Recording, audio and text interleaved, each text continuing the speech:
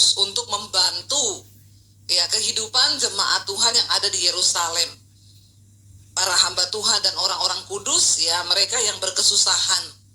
Ya, dan Rasul Paulus memberikan nasihat kepada jemaat yang ada di Korintus ya.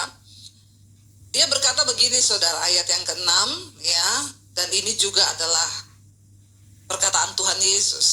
Camkanlah ini orang yang menabur sedikit akan menuai sedikit juga, dan orang yang menabur banyak akan menuai banyak juga. Ayat 7, hendaklah masing-masing memberikan menurut kerelaan hatinya, jangan dengan sedih hati atau karena paksaan, sebab Allah mengasihi orang yang memberi dengan sukacita. Saudara, dikatakan di sana ya, tadi ayat 6 cukup jelas, coba kita kembali lihat. Camkanlah ini, orang yang menabur sedikit orang yang menabur banyak akan, jemaat itu maunya menuai banyak atau sedikit? Tapi menaburnya maunya sedikit atau banyak? Jujur, nggak usah dimanis-maniskan. Kalau menabur maunya sedikit atau banyak? Yang ngomong sedikit angkat tangan. Yang ngomong banyak angkat tangan. Yang bingung angkat kaki. Ya, kita kalau bisa kita ganti ayat ini ya Pak ya. Ya, camkanlah ini, orang yang menabur sedikit akan menuai banyak. Kalau bisa sih begitu lebih enak toh? Ya Pak ya. Ya, kalau bisa lebih enak gitu Bu, menabur sedikit menuainya. Tapi itu tidak mimpi kali ya. Ayat ini berkata orang yang menabur sedikit pasti akan menuai. Oh, yang ditabur sedikit kok maunya menuai banyak. Ya, kalau mau menuai banyak ya maka harus menabur banyak. Ini prinsip firman Tuhan loh saudara. Kenapa banyak orang hidupnya tidak diberkati? Karena kalau sudah ngomong menabur, waduh berat itu. Dan kita suka ganti-ganti ayat firman tadi. Ya, camkanlah ini, siapa yang menabur sedikit akan menuai banyak. Ya, itu kita suka begitu. Padahal firman Tuhan itu ya dan amin. Kalau kamu menaburnya sedikit, maka menuainya juga sedikit. Kemarin ada satu orang ya, dia terpilih menjadi wakil rakyat di salah satu daerah. Ya, dulu minta didoakan juga sama kita saudara. Saya tanya gimana Pak? Dia bilang, wah puji Tuhan Bu, sekarang kami bisa pegang 500 hektar sawah. Ya, karena puji Tuhan pemerintah yang sekarang ini menggalakkan untuk swasembada pangan. Dia bilang, saya turun ke petani Bu, selama ini tuh petani, ya mereka itu menerima hasil sedikit. Kenapa? Ya karena dibelinya dari tengkulak juga harganya ditekan. Jadi mereka itu untuk beli bibit, ya dia beli bibit yang murahan. Padahal kalau murahan itu hasilnya jelek. Sudah begitu nanti ketika sudah ditanam mereka nggak mau keluar duit lagi untuk pemupukan. Ya kalau ada hama juga dia nggak mau keluar duit lagi untuk pestisida. Maka di situ aja sudah banyak kegagalan tuh Bu. Benihnya jelek, murahan. Ya dia nggak mau basmi hama, dia nggak mau kasih pupuk yang bagus, hasilnya pasti jelek. Jadinya mereka dapat sedikit. Nah dia bilang waktu saya turun, saya mendengar keluhannya para petani, mereka mau jual sawah. Ibu tahu di daerah semua petani mau berlomba-lomba jual sawah. Kenapa? Karena kasihan 6 bulan mereka menanam, hasilnya itu nggak sebanding dengan capeknya. Harganya ditekan oleh para tengkulak. Puji Tuhan hari-hari ini pemerintah lagi menggalakkan untuk swasembada pangan, jadi diperhatikan nih para petani. Lalu dia bilang kami masuklah Bu dengan menawarkan, ya kami membawa bibit nih, bibit unggul, yang kami bawa ini bibit unggul, ya dan kami tawarkan ke petani untuk, ayo ya petani kamu nanam aja. Nanti kami yang akan kasih kamu bibit yang terbaik. Untuk pemupukan juga kami kirim orang dari insinyur pertanian yang ngerti. Untuk juga pestisidanya juga kami kirim orang dari pertanian yang tahu. Jadi petani cuma nanam dan rawat toh. Dengan perjanjian bagi hasilnya 30-70. Dan dia bilang, Bu, petani itu senang banget. Kenapa? Hasilnya yang mereka tuai sekarang itu jauh berkali lipat daripada yang dulu-dulu. Ya, memang kalau orang mau menuainya banyak, maka ada harga juga yang harus dibayar. Benihnya itu harus benih yang terbaik, benih unggul. Sama-sama nanam 6 bulan, kamu tanam benih yang jelek, ya hasilnya pasti jelek, harganya tidak bagus. Ya, jadi kalau mau menuai hasil yang bagus, dapat untung yang banyak, perhatikan benihmu. Harus berani bayar harga beli benih yang mahal. Menabur banyak akan menuai banyak. Tapi semua orang itu ingin menaburnya sedikit, menuainya banyak. Kalau bisa benihnya yang jelek-jelek aja, yang murahan aja dikasih benihnya. Ya memang menuai saudara. Tapi rugi, udah kerja 6 bulan. Ternyata menuainya tidak seberapa, rugi di tenaga, ya bahkan nggak dapat apa-apa, makanya mau dijual sawahnya. Ya, ini terjadi dalam kehidupan kita sebagai orang percaya. Ya, uang itu sangat sensitif saudara, dan berhati-hati memang. Ya, tapi Alkitab sudah kasih kita cara untuk hidup diberkati. Orang yang menabur sedikit akan menuai sedikit. Yang menabur banyak akan menuai banyak. Dalam hidup ini waktu kita terima duit, ingat itu ada benih, ada roti. Kalau yang bagiannya roti silakan kamu makan. Tapi yang bagian benih harus ditabur. Orang Kristen dimakan semua. Benih dimakan, roti dimakan, sakit perut itu. Ya. Yang ada kita harus buang uang lagi untuk rumah sakit karena semua kita makan. Hidup ini saudara akan berjalan, kita kan mau ikut firman Tuhan nih. Amin apa amin? Karena kita percaya firman Tuhan itu pasti yang terbaik. Tuntunannya itu paling benar. Nggak ada hukum lain lagi. Di dunia ini yang lebih benar dari firman Tuhan. Apalagi hukum dunia. Orang ekonomi, pakar ekonomi berkata, kalau kamu pengen diberkati, keluarkan yang sekecil-kecilnya. Ya, tabung sebanyak-banyaknya. Ini aja udah bertentangan saudara. Di sini dikatakan camkan ini, orang yang menabur sedikit akan menuai sedikit juga, dan orang yang menabur banyak akan menuai banyak juga. Hendaklah, ayat 7 berkata, masing-masing memberikan menurut kerelaan hatinya, jangan dengan sedih hati atau karena paksaan. Sebab Allah mengasihi orang yang memberi dengan sukacita. Kemarin ada yang tanya sama saya gini, Bu, ya kan kita ngobrol sharing ya, makan bersama waktu saya pelayanan di Surabaya. Beberapa teman pengusaha ngajak kita makan. Kita share tentang poinnya ini, saudara, menabur. Lalu ada seorang pengusaha yang tanya sama saya, Bu, ngertinya itu benih, gimana caranya? Saya bilang, ya Alkitab udah atur, nomor 1 itu 1/10 dulu. Nggak usah cari ayatnya di perjanjian baru, mana 1/10. Nggak usah tanya, memangnya di perjanjian baru masih boleh perpuluhan. Saya mau bilang saudara, semua yang kita lakukan dengan iman, pasti Tuhan perhitungkan. 1/10 itu sebenarnya hanya latihan. Ya, kalau 1/10 aja kita nggak bisa kasih, apalagi 50%. Padahal kita tahu semua berkat yang kita dapat 100% itu dari Tuhan dan milik Tuhan. Ya, tapi orang dicari-cari lagi ayatnya. Saya bilang, Bapak nggak usah nanya-nanya begitu. Ya, paling kecil yang dari zaman perjanjian lama Alkitab sudah atur, benih itu 1/10 dulu Pak, keluarin itu. Itu bukan milikmu loh. Itu milik Tuhan. Untuk apa? Untuk hamba-hamba Tuhan, untuk orang-orang yang bisa makan. Ya, itu dulu keluarin. Itu latihan, saudara. Kalau kita ini latihan begitu aja nggak bisa, ya sudahlah, jangan mimpi hidup diberkati. Ya, mungkin akan dapat duit, iya. Tapi keluarnya juga banyak. Ya, nggak anak sakit lah, nggak inilah, nggak itulah, nggak inilah, nggak itu. Orang tuh kalau dalam uang belum beres dengan Tuhan, pengeluaranmu banyak, saudara. Belalang pelahap. Ya, itu yang Tuhan bilang. Kita latihan dulu di situ nih untuk menabur. Ya, dan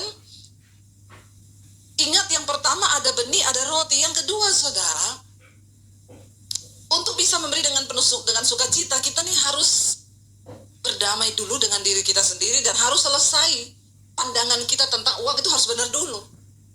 Kalau engkau tidak bisa dipercaya dalam hal keuangan, tidak mungkin orang bisa memberi dengan sukacita, itu tidak mungkin.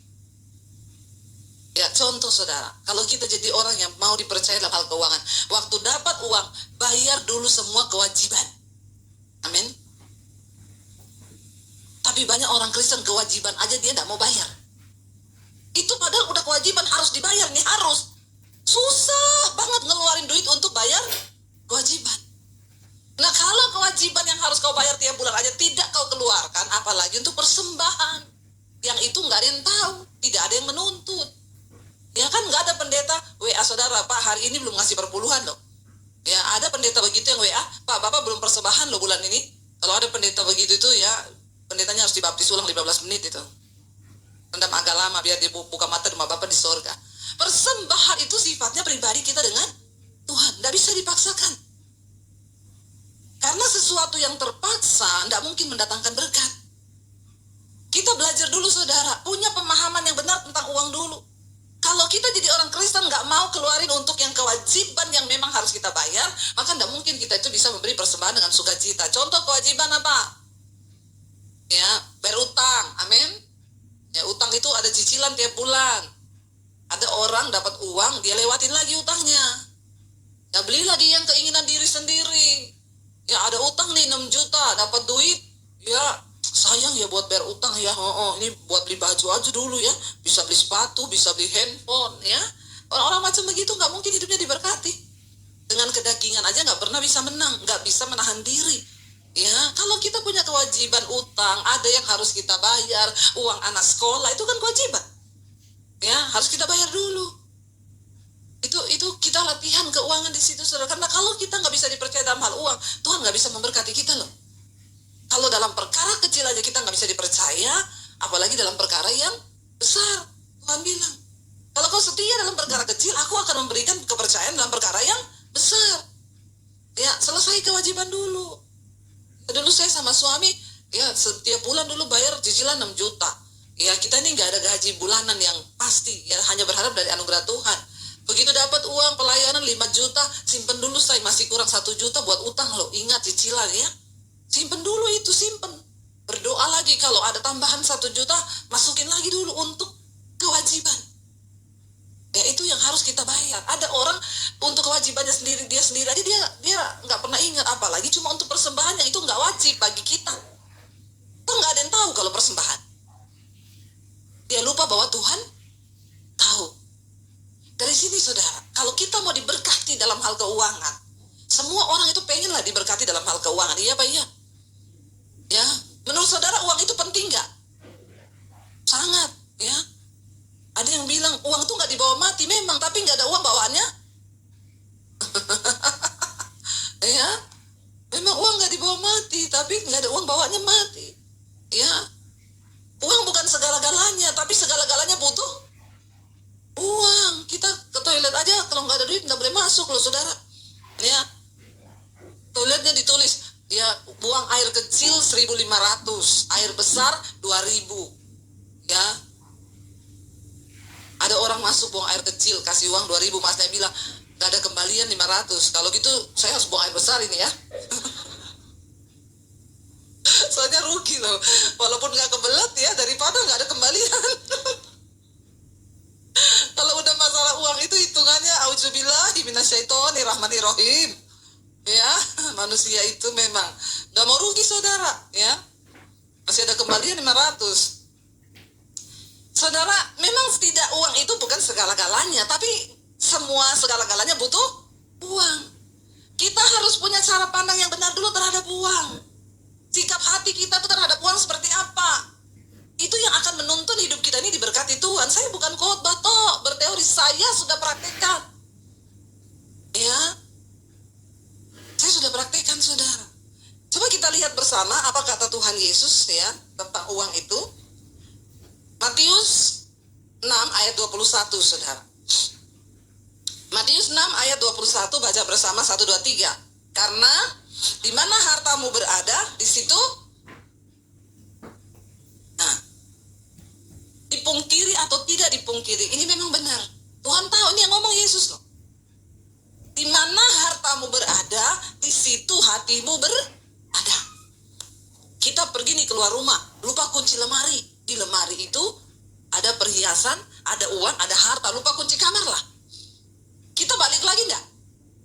Tanya balik enggak saudara? Enggak usah menertawakan diri sendiri. Itu manusiawi, memang benar.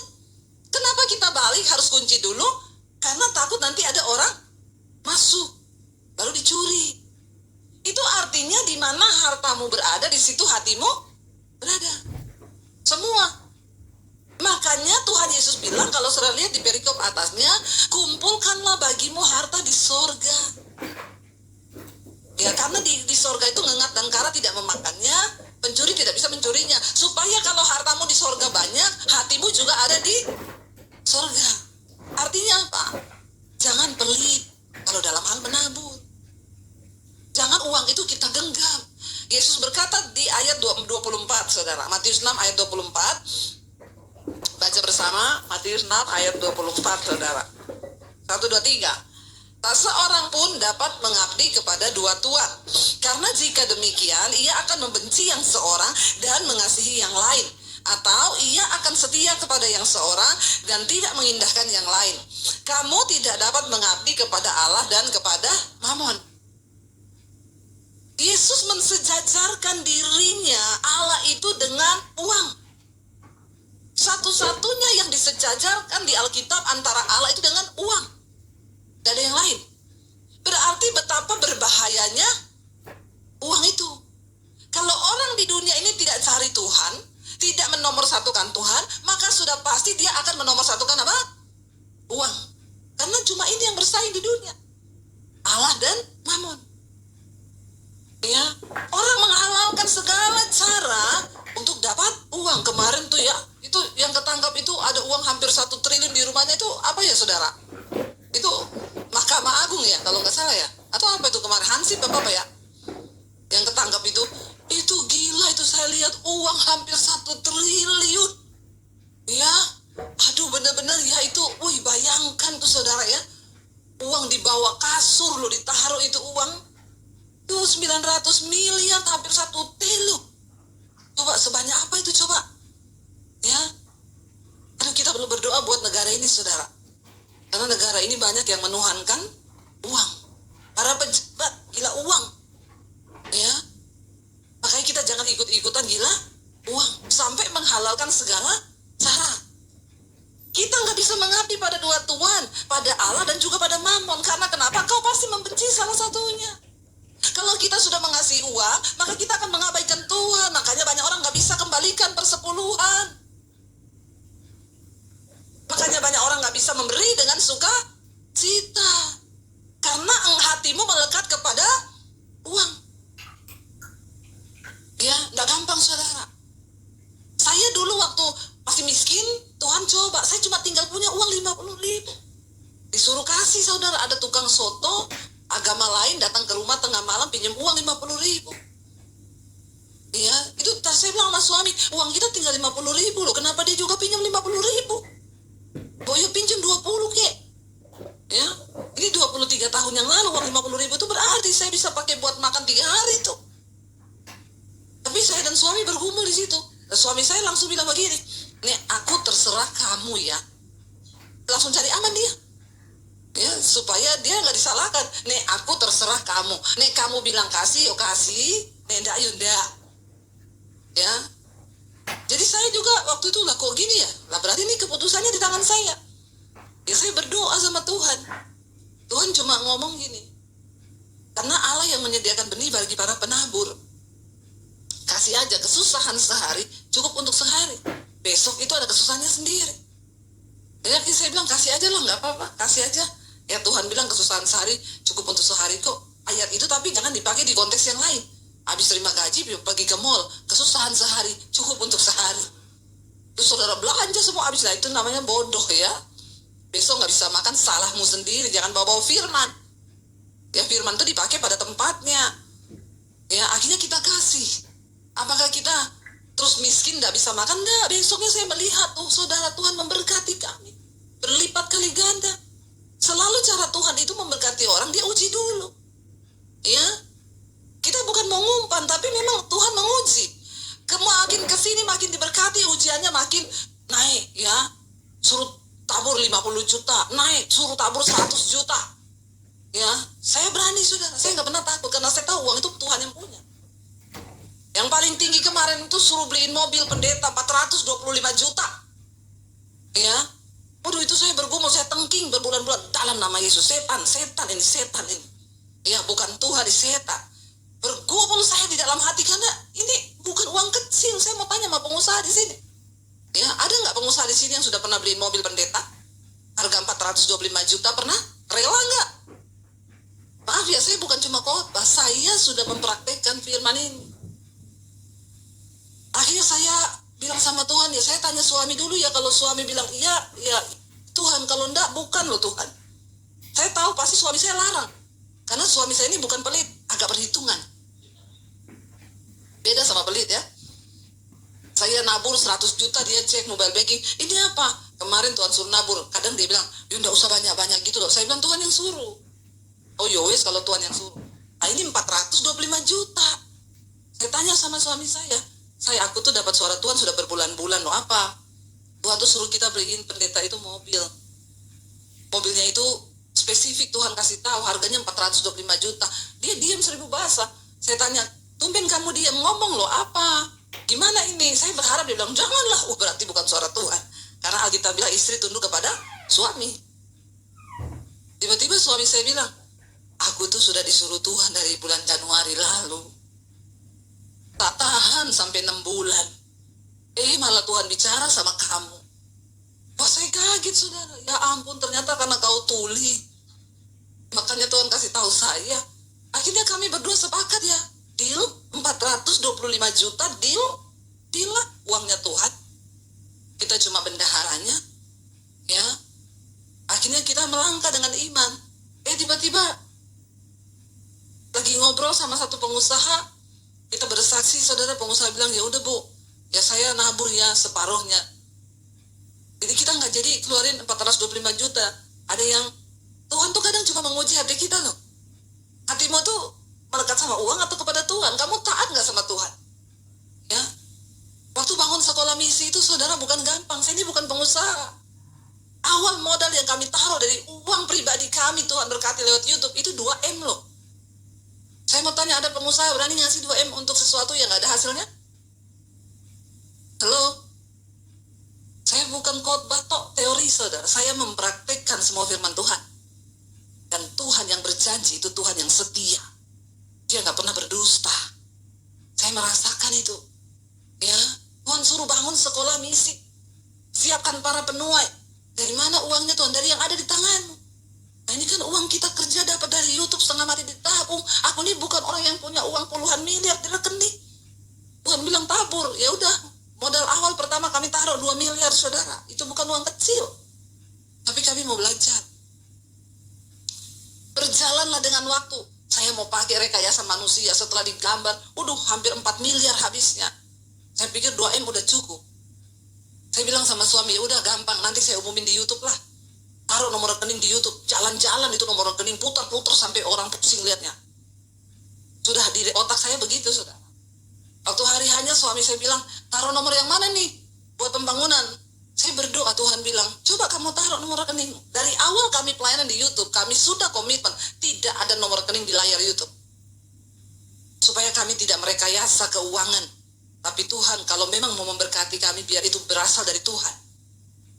Tapi waktu itu hampir tergoda, saudara. Ya, Tuhan tuh bilang gini, silakan taruh nomor rekeningmu. Kamu akan dapat lebih dari yang kamu butuhkan. Tapi aku tidak ikut bekerja di dalamnya. Karena kamu sudah sama seperti Daud yang mencoba menghitung kekuatan pasukannya. Padahal Daud tahu, dia menang bukan karena punya pasukan yang besar, tapi karena kuasaku yang menyertai. Saya bilang sama suami, tidak usah taruh nomor rekening saya. Buat apa kita bangun gedung besar kalau Tuhan tidak ikut di dalamnya? Itu menara Babel. Gak usah, biar Tuhan yang bekerja. Gak jadi, saudara. Dan alhasil ketika pembangunan berjalan, 7 bulan selesai, uang yang kita taruh tidak terpakai. Wow gak Tuhan? Tapi dia cuma melihat sikap hatimu. Dia yang lebih tahu apa yang kita butuhkan. Ya, dan sampai hari ini saya melihat bagaimana Tuhan memberkati kami begitu luar biasa. Nggak pernah minta. Waktu pembangunan sekolah misi tidak ada proposal.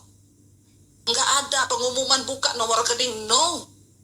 Saya terlalu percaya Tuhan yang kita sembah itu Tuhan yang hidup. Bagaimana cara kepandang kita terhadap uang? Itu akan menentukan Tuhan percaya sama kita atau tidak, saudara. Jadi Jadilah orang yang berani mempertaruhkan berimanmu kepada Tuhan. Karena kau tidak bisa mengabdi pada dua Tuhan, pada Allah dan pada Mamon. Tidak bisa. Pasti engkau akan mencintai yang satu dan akan membenci yang satu. Kalau kau cinta uang, kau nggak akan taat sama Tuhan. Dan itu akan menjadi sulit untuk Tuhan memberkati hidupmu, keuanganmu. Padahal ini kuncinya. Kita lihat saudara di dalam Lukas 6 ayat 38. Ya, Lukas 6 ayat 38, firman Tuhan berkata di sana apa? 1, 2, 3. Berilah maka dan kamu akan diberi. Suatu takaran yang baik, yang dipadatkan, yang digoncangkan, yang tumpah keluar, akan dicurahkan ke dalam ribaanmu. Sebab ukuran yang kamu pakai untuk mengukur akan, amin saudara. Takaran yang kau pakai untuk memberkati orang, takaran yang kau pakai untuk menabur, itu yang dipakaikan Tuhan untuk memberkatimu. Ya, nggak ada teori yang lain. Ya, soalnya orang Kristen sekarang kalau jalan kolektor nyanyinya, sembahan kami sedikit sekali. Udah sedikit dia tambah lagi, kiranya Tuhan terimalah dengan senang hati. Kurang ajar enggak? Ngasihnya sedikit minta Tuhan terima dengan ini ayatnya di mana?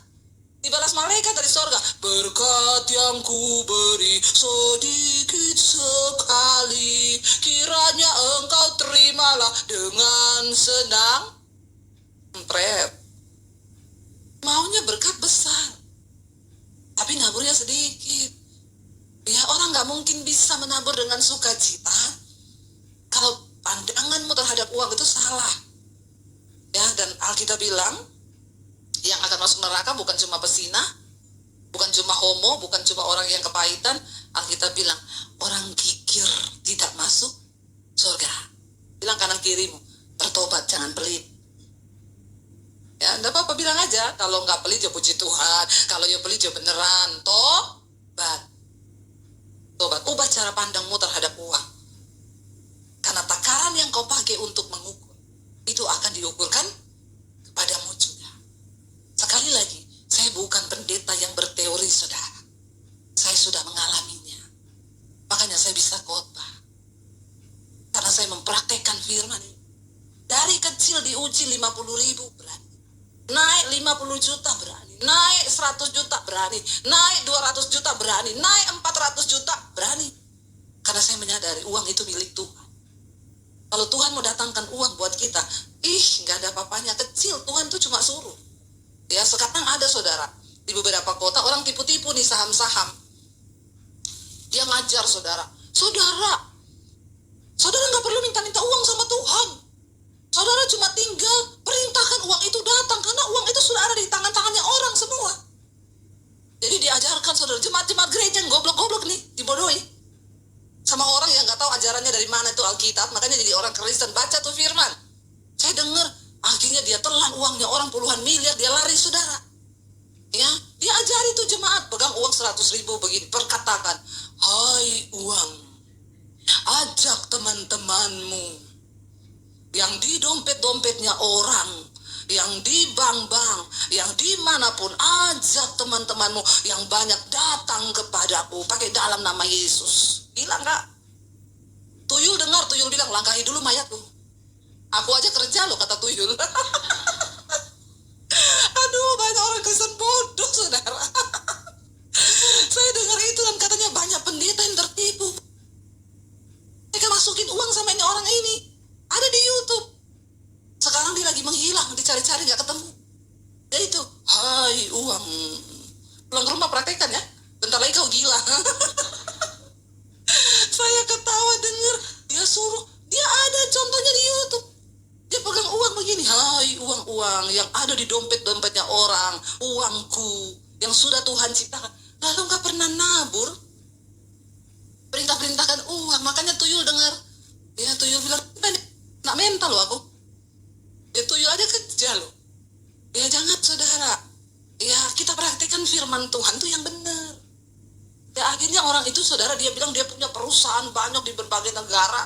Ya kalau saudara mau titip, ambil saham perusahaan saya, titip. Wah, orang berlomba-lomba taruh 1M, taruh 5M, taruh akhirnya puluhan miliar lagi dia.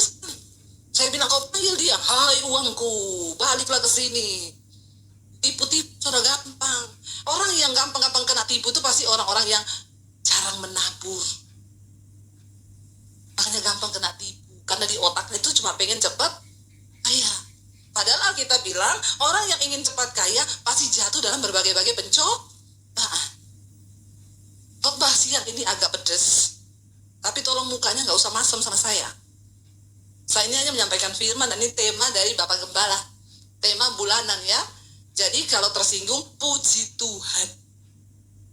Supaya agar hidup kita diberkati. Kalau nggak bertobat nggak diberkati. Ya ayo kita mulai belajar. Terima uang Tuhan. Aku tahu uang ini bukan punya aku semua. Ada roti, ada benih. Yang benih biar aku tabur Tuhan. Bahkan kalau lebih dari itu ada orang yang membutuhkan. Aku mau dengan sukacita menabur. Karena aku percaya takaran yang aku pakai untuk mengukur akan diukurkan kepadaku. Waktu habis sudah ditulis. Puji Tuhan ya. Jadi mari kita sama-sama saudara terus. Ayo, kalian gak usah pura-pura gak datang, langsung datang kalau sudah habis. Supaya saya tahu, saudara, ayo kita mau sungguh-sungguh mencari perkenanan Tuhan. Supaya Tuhan terus kasih kita kekuatan untuk ya punya hati yang sungguh-sungguh mengasihi Tuhan. Ya, kita nyanyi lagu Hati Hamba. Aku tak membawa apapun juga saat aku datang ke dunia Tuhan.